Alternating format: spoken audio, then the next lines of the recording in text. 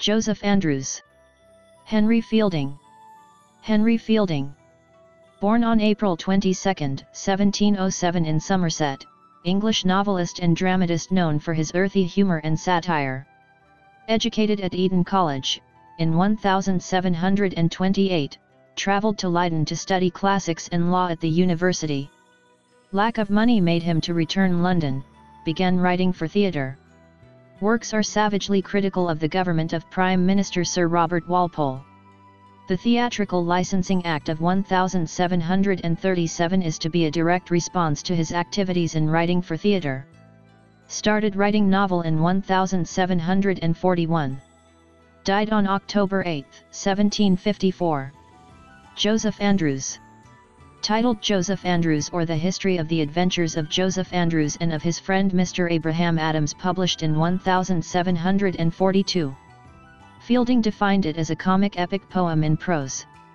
Novel embodies a fusion of aesthetics of 18th century literature and the mock heroic and neoclassical approach of Augustine's. Tells of a good-natured footman's adventures on road home from London. The novel was adapted for film in 1977. Characters: Joseph Andrews, the protagonist, a young, handsome and virtuous footman. Mr. Abraham Adams, a benevolent, absent-minded, impecunious person who supports Joseph Andrews. Fanny Goodwill, beautiful milkmaid, beloved of Joseph.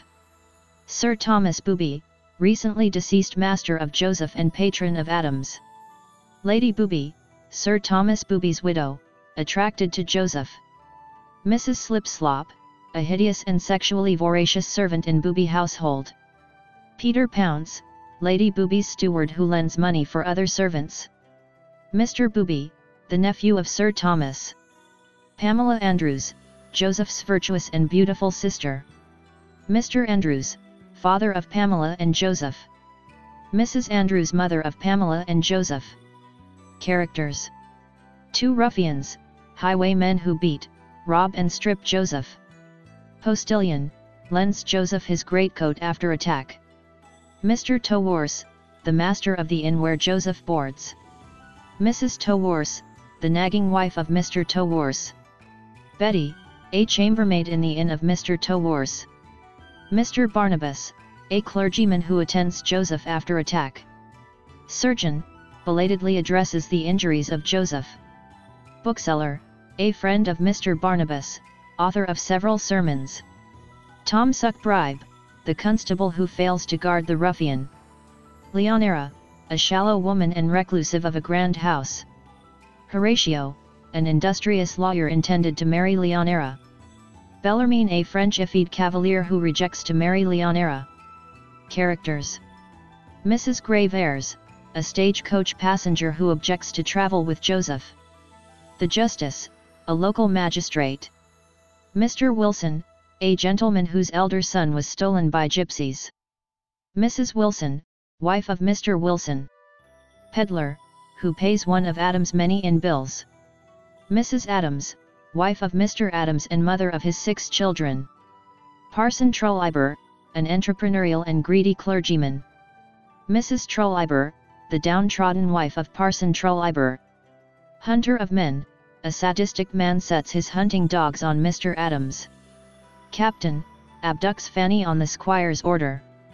Player, one of Squire's friends, a failed actor. Characters: Poet, one of Squire's friend, a failed playwright. Quack Doctor, one of Squire's friends who exploits Mr. Adam. Priest, a person who discourses on the vanity of riches. Lawyer Scout, supports Lady Booby to expel Joseph and Fanny. Justice Frolic, the local magistrate who supports Lady Booby. Beau de Dapper, a guest of Lady Booby, tried to abuse Fanny. Pimp, servant of Beau de Dapper, tries to persuade Fanny. Dick Adams, son of Mr. and Mrs. Adams. Leonard, a married man who argues frequently with his wife. Leonard's wife, wife of Leonard. Paul, Leonard's friend. Summary: defines and defends his chosen genre, the comic epic poem in prose. Very particular to differentiate the comic epic and comedy generally. Anticipates that he has given a great space to vices in his work. Claims that all characters are drawn from life and alterations are made. Justifies the moral agenda by observing that examples work more forcibly on the mind of people than the precepts. Cites 2 recent publications written on account of exemplars of virtue, Samuel Richardson's Pamela, An Apology for the Life of Colley Cibber. Fielding introduces the hero Mr. Joseph Andrews, Joey, a lowborn son of Mr. and Mrs. Andrews and brother of Pamela Andrews. Unable to discover the ancestry, it is hard to enjoy the honor of their forefathers. Took odd jobs in the house of Sir Thomas Booby, initially being to scare birds, then to keep the hounds in line with a whip, then to ride Sir Thomas's horses in race. Being honest, he was employed by Lady Booby as a footman when he was 17 years old. His duty was to attend Lady Booby everywhere, including church, where he was attracted by Mr. Adams. Mr. Adams is a clergyman of 50 years old with wife and 6 children. Adams finds Joseph Andrews is deserving education and asked Lady Booby to teach him Latin. Adams asked Mrs. Slipslop to train him, but told Lady Booby will leave soon for London. Within few days Lady Booby moved to London, taking footman Joseph with them. In London, Joey spent his free time on music. Lady Booby started flirting with him, which leads to a gossip. Realizing this, Joseph remains oblivious, but his restraint attracted Lady Booby. Sir Thomas Booby died and Lady Booby mourns, spent time in her bedroom but called Joseph on the 7th day. Lady Booby tried to have sex with Joseph, he rejected and told he would rather die 1,000 times. Joseph writes a letter to Sister Pamela stating the incident and indicating the death of Sir Thomas Booby.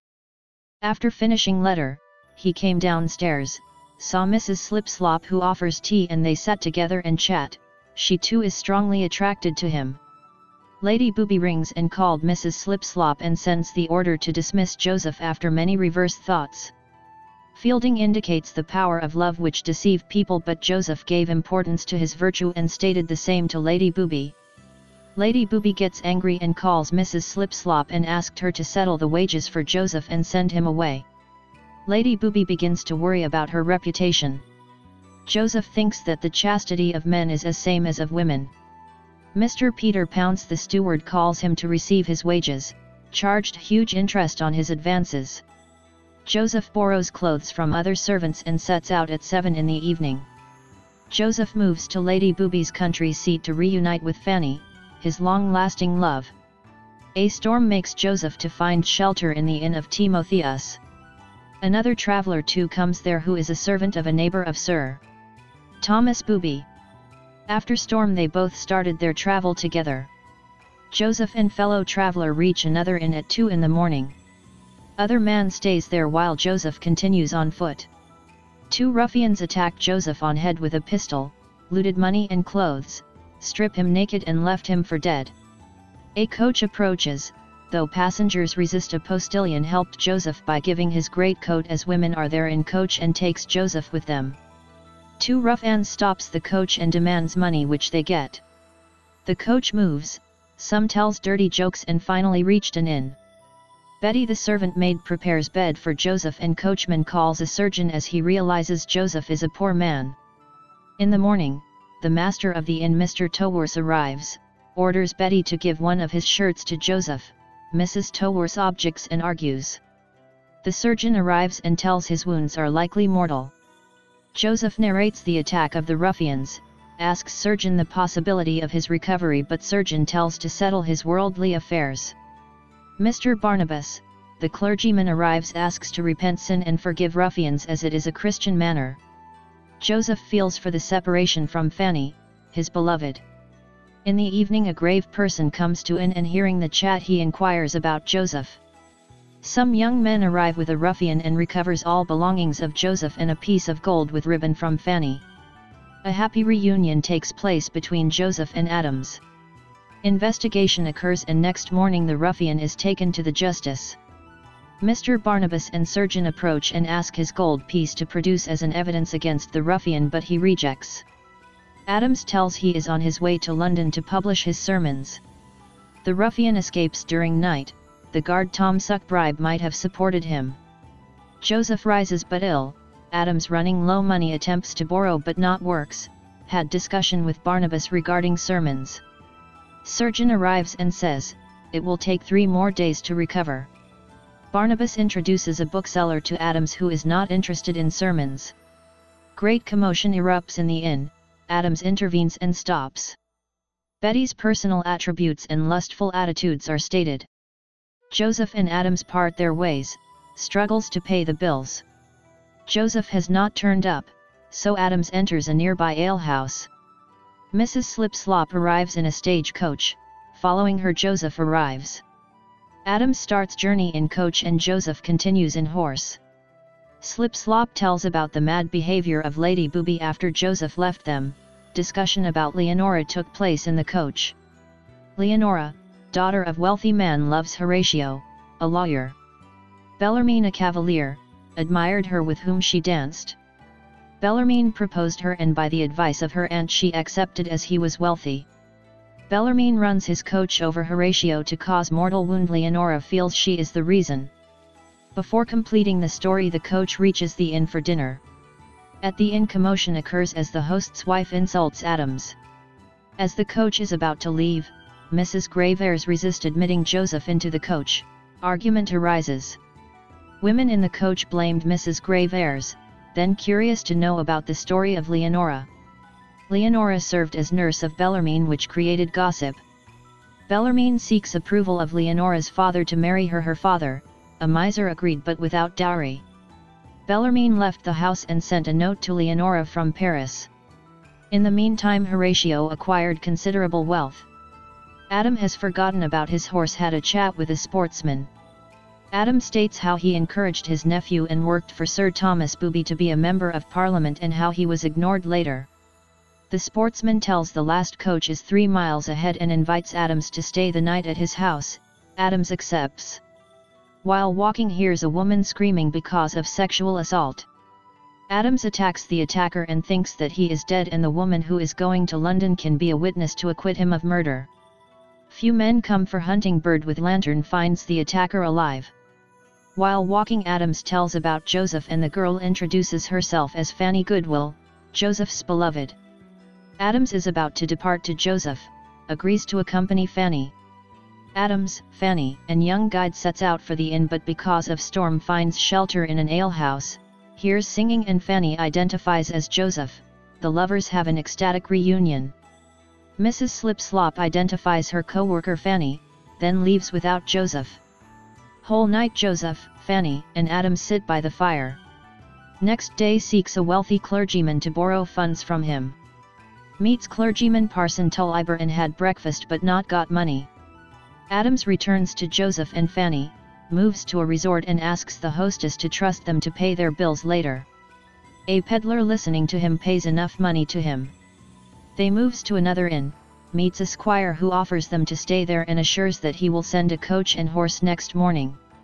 Next day a servant arrives and informs the horse and coach is not available. They are not able to pay the bills and at last the host waives the bills. The host tells several stories of false promising of squire and victims. Nearing their destination, fears of ghost, they start running and reaches a house where a man and his wife offers shelter. Soon hears a knock at door, then realizes the ghosts are really sheep stealers. Then women went to sleep, men sit near fire. Have discussion on Aeschylus and Homer and their own stories. The man reveals himself as Mr. Wilson, a wealthy born but because of bad conduct lost wealth, was arrested for his debt. Bought a lottery which returned €3,000, but sold ticket to a relative who refused to share the prize amount. In prison, he received a letter from a lady named Harriet stating her father is no more and can share €200 of the lottery. In their first meeting, he proposed her, she accepted and now living with 2 children, eldest son, abducted by gypsies. Morning, walks in the garden, told eldest son had a mark in chest. Wilson's daughter came with her dog hurt by a neighbor squire. Joseph and Fanny eager to return to have their marriage declines dinner offered by Mr. Wilson. Starts their travel and at noon rests in a beautiful place. Fanny saw a hare hunted by hounds, Joseph beats them off until the squire, hunter of men, calls them off and invites them for dinner. The squire or the hunter of men thought of giving drinks to Adams and Joseph so that he can have his way with Fanny. Realizing the plan of hunter of men, they escape from there.